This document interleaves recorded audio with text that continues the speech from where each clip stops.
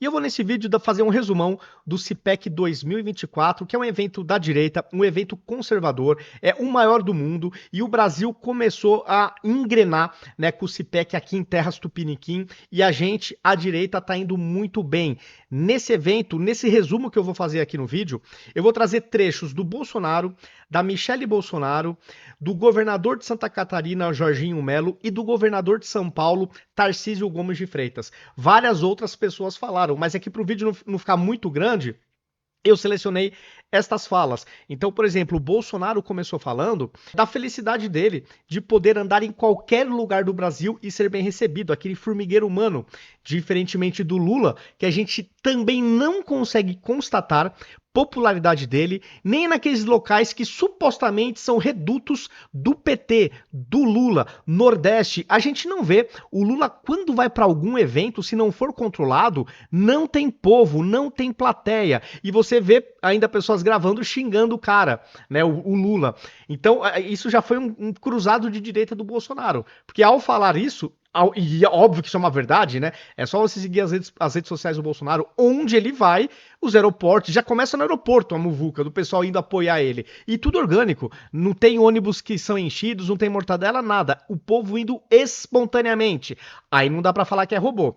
Nas redes sociais, Bolsonaro também é um fenômeno. Só que a esquerda morrendo de inveja, de dor de cotovelo. Ah, não, são robôs, são robôs. Só que aí quando vem no mundo real, não dá pra falar que é robô, né? Então já começou mandando essa o Bolsonaro. O Bolsonaro também desafiou a imprensa e ele falou: ó, eu dou 2 horas de entrevistas, tá, para os grandes veículos de comunicação, aqueles que batem no Bolsonaro o tempo todo, ao vivo, para não ter edição naturalmente, porque a gente sabe que infelizmente vários veículos de comunicação, vários jornalistas, me parecem primeiro militantes, depois jornalistas. Então, o Bolsonaro, ele não tem medo de falar com quem não gosta dele, desde que seja ao vivo, sem edição. E aí eu desafio o Lula para ter esse espírito democrático também, Lula. Dê entrevistas para os veículos de comunicação de direita que não gostam de você. O Bolsonaro está se propondo. Se proponha também. De repente você faz 2 horas ao vivo com a Revista Oeste, ou com Fio Diário, ou com Te Atualizei News, ou com Gazeta do Povo, ou com algum jornalista notoriamente de direita. Faça o mesmo, Lula. Tenha esse senso democrático. O Bolsonaro nunca fugiu de debate. Nunca. E ele só não gosta que seja editado. Por isso que ele fala ao vivo, debato com qualquer um, com qualquer veículo de comunicação. Tá? Então fica também o desafio pro Lula. Depois, a Michele Bolsonaro fez uma fala também mostrando as realizações do governo Bolsonaro em favor das mulheres, enterrando narrativas e falácias, né, que Bolsonaro é misógino e todo aquele lero-lero da militância de extrema esquerda dos veículos de comunicação, tá? Então enterrando essa narrativa. Depois vem o Jorginho Melo, governador de Santa Catarina, falando que para 2026, né, ele torce muito para o nosso presidente ser novamente o Bolsonaro e eu também. Eu espero que essa inelegibilidade dele caia, porque é um escárnio. Se o poder emana do povo e o povo em sua maioria quer votar no Bolsonaro, ele não pode ficar inelegível. E aí o Jorginho Melo finalizou a sua fala falando que o estado de Santa Catarina só está em ordem, só é um dos melhores do Brasil, porque o PT nunca governou Santa Catarina. E o PT também nunca governou o estado de São Paulo. É por isso que aqui não degringolou. O que eles conseguem de vez em quando é a prefeitura. Mas o estado de São Paulo, graças a Deus, o PT também não coloca a mão. E é por isso que São Paulo ainda é um estado organizado e lucrativo, né?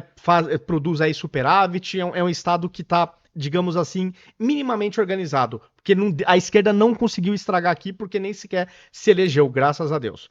E aí depois eu finalizo esse vídeo mostrando as falas do Tarcísio Gomes de Freitas, que fez assim um discurso impecável. Ele foi fazendo uma retrospectiva.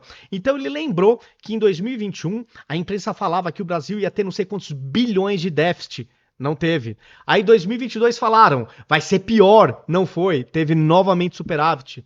Ah, falaram que a dívida pública ia aumentar. Ela caiu. Governo, ele lembrando, né? O governo Bolsonaro baixou impostos e a arrecadação subiu. O Estado saiu do cangote do cidadão e, obviamente, pondo mais dinheiro na economia para circular, o Estado arrecadou mais, mostrando que essa ideia da esquerda, essa ideia inconsequente de sair aumentando imposto de pobre, de rico, todo mundo, não necessariamente aumenta a arrecadação. E o governo Bolsonaro mostrou isso aí na prática. Ele lembrou que em 2021 até 2021 o governo Bolsonaro fez 125 leilões. Ele também lembrou das reformas que foram feitas. Ele lembrou que o povo foi nas ruas para defender a reforma da Previdência. Ou seja, o governo conseguiu dialogar com o povo e explicar a importância. Ele lembrou do marco do saneamento. Foram mais de 50 bilhões contratados na área do saneamento público. O marco das ferrovias, a autonomia do Banco Central, o PIX.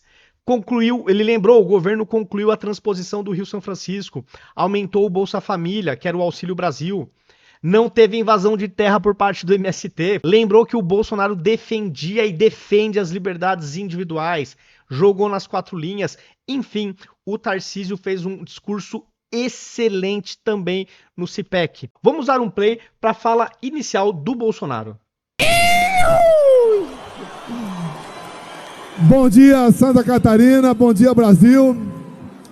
Uma emoção muito grande estar entre vocês.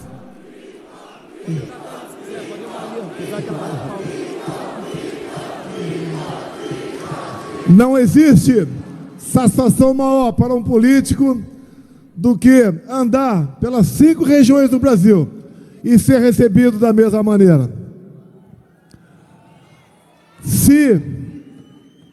Que inveja, hein, Lula? Você deve ter uma dor de cotovelo do Bolsonaro, que olha, com a imprensa batendo no cara 24 horas por dia, quando ele era presidente, quando ele saiu da presidência, o judiciário no cangote dele, na minha leitura, de maneira injusta, e mesmo assim o Bolsonaro é invencível na popularidade.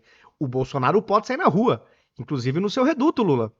Porque nem sequer no seu reduto a gente consegue observar tamanha popularidade sua, né? Isso aqui deve incomodar muito o Lula, o fato dele só poder ir em evento controlado, na minha opinião. Eu disse, um dos melhores estados do Brasil. O Brasil é um dos melhores países do mundo. Ninguém tem o que nós temos em todas as áreas. E só não somos o primeiro pelas escolhas que, por vezes, não somos nós que fazemos, mas a página é virada, o futuro está aí, vale a pena qualquer sacrifício pela nossa pátria, e a direita que está unida ficará ainda mais fortalecida depois desse evento. Logo mais, terei um espaço de 15 minutos para falar para vocês sobre coisas que talvez vocês nunca tenham ouvido, por alguém que viveu história lá atrás. Assim como a Amazônia era cobiçada antes de 2500, basta ver o Tratado de Tordesilhas de 1492, nós também podemos ver, e eu vi, 10 anos antes de nascer, o Partido do Trambique. Em 1970, eu conheci esse pessoal. Alguns até que estão aqui, antes de meu pai nascer, eu não sou tão velho assim, mas eu já tinha conhecimento da história. E as coisas acontecem na vida da gente. Então esse momento para mim é de satisfação, é de orgulho, é de reflexão, é de ver que a responsabilidade é de todos nós. Quem salva o Brasil é nosso Senhor Jesus Cristo, mas nós juntos podemos redirecionar o destino dessa nação. Poderemos não, nós redirecionaremos o futuro dessa nação. E agora um outro trecho, um outro corte aqui, que é quando ele desafia a imprensa, o Bolsonaro. A imprensa que me critica, estou à disposição de vocês. Está à disposição. O Bolsonaro nunca foge da raia. O Lula, nunca vi falando que daria entrevista, estaria à disposição da Revista Oeste, Gazeta do Povo, os veículos de comunicação, Te Atualizei News, Fio Diário, entre outros, né? Olha, notem a diferença. O Bolsonaro se predispõe a falar com quem o ataca o tempo inteiro, de forma muitas vezes injusta, ou quase sempre injusta. Olha a diferença. Olha a diferença. 2 horas ao vivo. 2 horas ao vivo. Aqui, pessoal, eu não vou dar play no restante do vídeo, porque tem uma música de fundo. E isso pode dar problema autoral aqui com o meu vídeo. Mas esse é o recado, tá? O Bolsonaro se coloca à disposição dos grandes veículos de comunicação para dar entrevista de 2 horas, ao vivo, sem nenhum problema. Tá? Então, olha a diferença. Eu sempre noto isso. O Lula, ele é tão democrático, mas tão democrático, que ele parece que só quer dar entrevista quando o negócio é controlado, me parece. Quando os jornalistas têm uma afinidade ideológica. Vamos lá, Lula. Se coloca à disposição dos veículos de comunicação de direita também, ao vivo, para não ter edição. Assim como o Bolsonaro se predispõe a falar horas e horas ao vivo com qualquer emissora, faça a mesma coisa com a Revista Oeste, né? Gazeta, enfim, já citei aqui os veículos de direita. É o desafio, Lula. Deixa esse desafio aí para você. Vamos agora mostrar aqui a fala da Michelle, que mostra as realizações de Bolsonaro em relação às próprias mulheres. O Bolsonaro que era rotulado de misógino, como bem lembra a ex-primeira-dama. Vamos lá. O meu marido, ele chegou a ser taxado com o rótulo de misógino, mas foi o homem que mais sancionou leis para as mulheres. Porque quando esse homem, ele entrega ali a pensão vitalícia para uma mamãe que tem um filho com microcefalia, ele está cuidando desta mulher. Quando ele sanciona a lei da endometriose, ele está cuidando da mulher. Quando ele permite a sua esposa quebrar o protocolo e falar na língua brasileira de sinais, dando visibilidade para uma comunidade de quase 11 milhões de surdos, que eram invisíveis, ali ele está cuidando das mulheres, das mães que tinham seus filhos dentro de casa, que tinham seus filhos segregados. Então nós estamos aqui, homens e mulheres de bem, fazendo uma política colaborativa, e nós vamos fortalecer o nosso PL, e com isso, neste ano, nós elegeremos o maior número de vereadoras e prefeitas pelo Brasil. Então que Deus venha abençoar o nosso dia, essas horas, que vocês possam receber bastante conhecimento, que possamos pedir para Deus que Ele venha abrir as nossas mentes, e que ao sair daqui possamos ser pessoas, instrumentos de Deus para abençoar, para educar e para ensinar, porque é essa mensagem que nós temos levado para todo o Brasil. Que Deus abençoe as nossas vidas e que vocês todos tenham um ótimo evento. Obrigada. É isso aí. E agora quero mostrar as falas do governador de Santa Catarina, Jorginho Melo, que, entre outras coisas, falou que o estado de Santa Catarina é um estado excelente porque o PT nunca governou. E eu concordo plenamente com ele. Assino embaixo. O estado de São Paulo também só não degringolou porque também o PT não governa aqui. Às vezes consegue prefeitura aqui da cidade de São Paulo. Mas o estado de São Paulo, o PT, graças a Deus, também não põe a mão. Graças a Deus. Vamos dar aqui um play nas falas do Jorginho Melo. Se Deus quiser, 2026, nós vamos ter de novo Jair Bolsonaro como presidente do Brasil. É isso que o Brasil quer. É isso que nós queremos. Por isso, eu quero abraçar todos vocês. E para finalizar, sabe por quê? Sabe por quê que o estado de Santa Catarina é o melhor do Brasil? Porque o PT nunca governou aqui e não vai governar. Obrigado. E para finalizar, quero dar aqui um play nas falas do governador de São Paulo, Tarcísio Gomes de Freitas. Eu me lembro de 2021, o pessoal dizia, o Brasil vai ter um déficit de 250 bilhões de reais. O que aconteceu? Nós tivemos superávit, 0,3 ponto do PIB. Aí disseram, não, mas 22 vai ser pior. Nós vamos ter um déficit de 80 bilhões de reais. O que aconteceu? Mais de 50 bilhões de superávit. Mas disseram, a dívida pública vai aumentar. O que aconteceu? Ela caiu. E interessante, o presidente resolveu baixar impostos e a arrecadação subiu. Baixou aquele tal do IPI, que é um imposto horrível para a produção, um imposto horrível para o empresário, e a arrecadação subiu. 125 leilões realizados até o final de 21, e mais não sei quantos em 22, chegamos perto dos 200 leilões, praticamente R$1 tri contratados em investimento de infraestrutura e uma série de reformas feitas. Quem diria que as pessoas iam para a rua para defender uma reforma da Previdência, que está sendo destruída agora. E o marco do saneamento, que vai levar saneamento, vai levar água, vai levar esgoto para um monte de gente que não tem. Olha a revolução que isso vai acontecer. No primeiro ano de marco do saneamento aprovado, mais de 50 bilhões de reais contratados em saneamento básico. E agora em São Paulo, nós vamos fazer 78 bilhões de investimentos até 2029. Vão universalizar o saneamento de São Paulo. Marco das ferrovias, marco da cabotagem, autonomia do Banco Central, tão atacada hoje, mas que garante uma estabilidade de política monetária. E uma revolução de sistema financeiro que pouca gente percebeu, mas que levou o crédito. Uma revolução que incluiu várias pessoas. O Pix, quantas pessoas hoje movimentam recursos pelo Pix? Uma revolução sem taxa. Ninguém está cobrando nada no Pix, por enquanto. Olha como isso democratizou. Eu estava vendo aqui a apresentação do Nicolas e eu lembrei de algumas imagens icônicas do presidente Bolsonaro. Quem se lembra daquela imagem do presidente apontando para o alto na transposição do São Francisco? Foi uma das imagens mais bonitas que eu já vi. Quem lembra do Bolsonaro quando leva água para o Nordeste, lá com o poço artesiano, jogando o marinho dentro d'água, brincando com os moleques lá? Porque é uma alegria quando a água chega. Quem lembra disso? Pouca gente fala que é o presidente que concluiu a Ferrovia Norte-Sul, concluiu a transposição do São Francisco, né, que concluiu um monte de obra que estava inacabada, que levou ponte para onde não tinha, que fez a diferença, que aumentou o Auxílio Brasil, aumentou o que era o Bolsa Família, levou dignidade para as pessoas. Para quantas pessoas?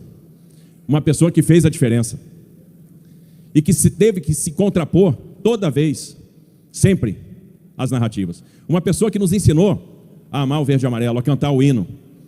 Uma pessoa que mostrou para nós a importância da propriedade privada e não teve invasão de terra no governo do presidente Bolsonaro. Uma pessoa que mostrou que o povo não pode ser escravizado. E a gente, presidente, procura seguir o seu exemplo, porque em São Paulo também não vai ter invasão de terra, que nós não vamos deixar. Derrite, que está fazendo um trabalho extraordinário, corajoso, combatendo o crime organizado. E o crime organizado em São Paulo não vai ter mais vez. Com trabalho de inteligência, com valorização dos policiais, com o maior investimento em tecnologia da nossa história, com aumento de efetivo, restauramos a autoestima.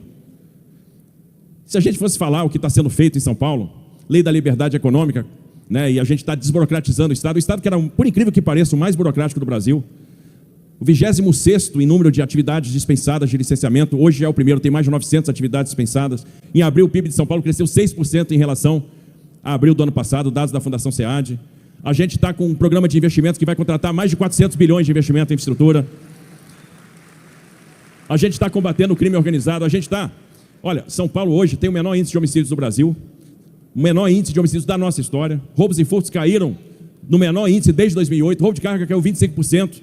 E quando a gente fala das coisas que estão sendo realizadas, eu quero dizer para vocês, nós tivemos um professor, nós tivemos a oportunidade, é um privilégio, de conviver com o presidente Bolsonaro no período que ele estava à frente do nosso Brasil. Quanta inspiração, quanta motivação, quanta coisa. E o Nicolas falou aqui de sacrifício. A gente viu o presidente fazer muito sacrifício, que não é fácil. Quantas vezes eu vi o presidente dizer, essa cadeira é de criptonita. E o pior é que o raio da cadeira era verde ainda, presidente. Deve ser de criptonita mesmo. Mas ele estava lá, fazendo sacrifício pelo Brasil. E ele construiu um sentimento diferente. Ele resgatou a autoestima, ele trouxe o patriotismo que está presente hoje. Quantos estados hoje têm escolas cívico-militares? São Paulo aprovou a lei e tem gente que ataca isso. Como pode alguém ser contra escolas cívico-militares? Não faz sentido isso, Gil. Não faz sentido isso. Como pode, Bov, alguém ser contra o agronegócio? O agronegócio tecnificado, diversificado, que nos enche de orgulho. Como pode alguém relativizar o direito de propriedade? Nós tivemos ensinamentos valiosos. Tem um caminho que nos foi ensinado. E a verdade é que nós temos que fazer sacrifícios. Nós temos um grande compromisso. E esse ano é um ano de fazer compromisso. Esse ano é um ano de dar cara a tapa. É um ano de fazer esforço. Porque esse ano a gente começa a construir o que vai ser 26. E eu estou falando isso porque aqui tem várias pré-candidatas, pré-candidatos. E como a gente começou falando de narrativa versus realidade, eu tenho um pedido a fazer para todos vocês. Não vamos permitir que a narrativa se sobreponha à realidade. A gente não pode permitir que a narrativa tome o lugar da realidade, porque se a gente permitir que a narrativa tome o lugar da realidade, a gente vai condenar a nossa realidade, o nosso futuro, a virar a narrativa que estão impondo. E nós não vamos permitir isso acontecer. Nós não vamos deixar isso acontecer. Sabe por quê? Nós aprendemos o caminho.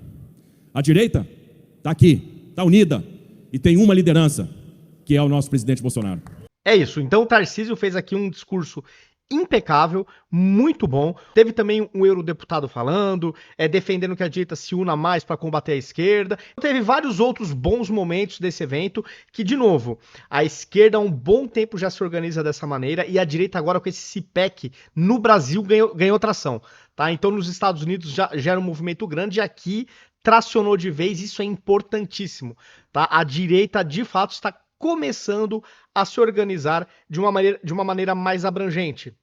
E só assim para a gente lutar de igual para igual com a esquerda no âmbito internacional também. Né? Então a gente tem que ter uma organização mais ampliada. E eu acho que esses eventos estão de parabéns. Foi um baita do evento. E parabéns aí para toda a direita, que está começando a se organizar, a se unir e começar a trilhar uma linha comum, objetivos comuns para realmente bater de frente com uma esquerda que hoje, dos vários partidos que tem no Brasil, praticamente todos são de esquerda. Né? Então a direita agora, né, o que está precisando é ganhar mais partidos, né, no volume para competir com a esquerda. Mas enfim, a gente está no caminho certo. Então, pessoal, é isso.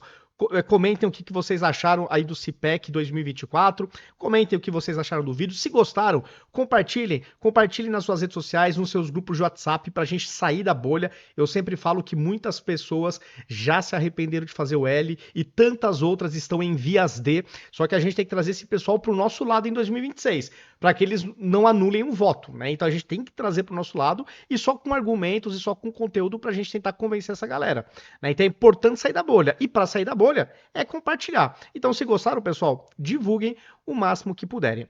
Até o próximo vídeo.